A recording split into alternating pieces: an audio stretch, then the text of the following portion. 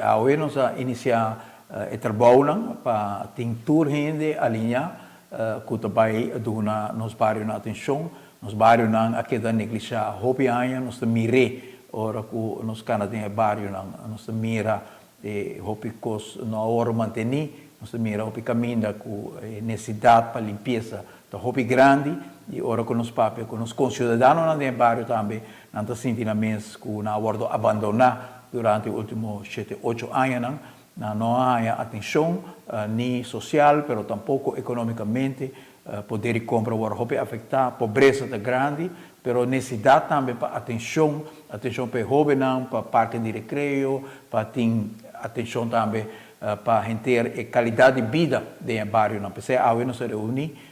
com o Selimar, nos reunir com o DOA, nos reunir com o City Inspector, nos reunir com a polícia do bairro, gele koorts mosquitobestrijding, sobre nos está preparando para junto visitar o bairro regularmente, para assim os cidadãos por ganhar a atenção que na merece de diferentes instâncias aqui, mirando a quantidade de petição que tem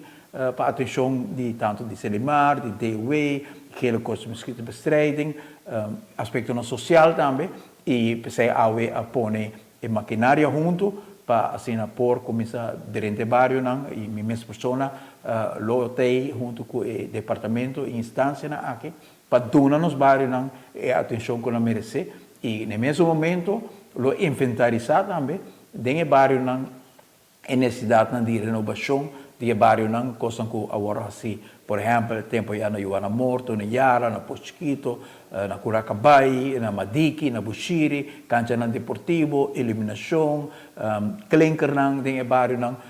tema que está hopi essencial para melhorar a qualidade de vida dentro do bairro e esse é a nós põe a fundação de cooperação de toda instância que também tem um rol de acercamento mais justo aqui nos bairros.